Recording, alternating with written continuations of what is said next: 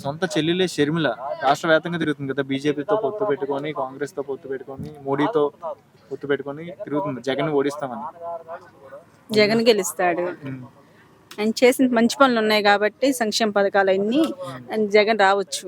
ఎందుకంత నమ్మకం? జగన్ అసలు ఏం చేయలేదు అంటున్నారు కదా. అన్ని పథకాలు చేశాడు. అమ్మఒడి చేశాడు, రైతు భరోసా చేశాడు, సంక్షేమ పథకాలు మళ్ళీ పింఛన్ డబ్బులు ఇస్తున్నారు. మామూలుగా చాలా విరాళంగా డబ్బులు ఇవ్వటం కానీ ఏదైనా కానీ చేయడం.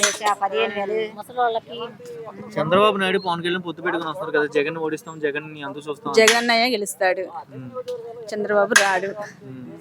పవన్ కళ్యాణ్ అంటున్నాడు కదా, పవన్ కళ్యాణ్ వైసీపీకి ఉండాలి, మీ అంత చూస్తాను, పాతాళంలోకి పంపిస్తాను అంటున్నాడు కదా. ఎవరు అంత చూసినా జగన్ అన్నయ్య గెలుస్తాడు కదా. పవన్ కళ్యాణ్ సంగతి ఏమని చెప్తారండి? పవన్ కళ్యాణ్ అంటున్నాడు కదా, ఎవరు వచ్చినా ఏం చేసేది ఏం లేదు, మనం ఎప్పుడు పరిచయం లేదు కాబట్టి. జగన్ ఏం చేయలేదు కదా, రాష్ట్రానికి అప్పు తీసుకొచ్చాడు జగన్. అప్పు చేసినా కూడా చేశాడు సంక్షేమ పథకాలు చాలా, అన్ని అందరికి మంచి పనులు చేశాడు కాబట్టి ఆయన ఏం తినలేదు కాబట్టి జగన్ అన్నయ్య వస్తాడు. మరి ఇంతమంది ఈ రోజు అందరూ పొత్తు పెట్టుకుని వస్తున్నారు కదా, జగన్ ఒక్కడే ఉన్నాడు, ఒంటరిగా ఉన్నాడు, గెలుస్తాడు.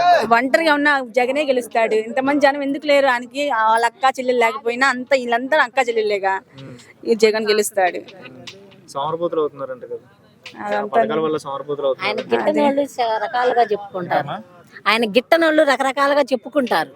కానీ మాకు ఆయన రావాలి, కావాలి, జగన్ రావాలి, కావాలి, జగనే రావాలి. ఇప్పుడు అర్ధరాత్రి పోతా ఈ టైంలో ఎందుకు వచ్చారు మీ ఆడవాళ్ళు? అంటే అర్ధరాత్రి ఈ టైం అవుతున్నా కూడా జగన్ రేపు కదా మీటింగ్, ఈ రోజు ఎందుకు వచ్చారు? అభిప్రాయం ఉంది, రావాలనుకున్నాము, వచ్చాము.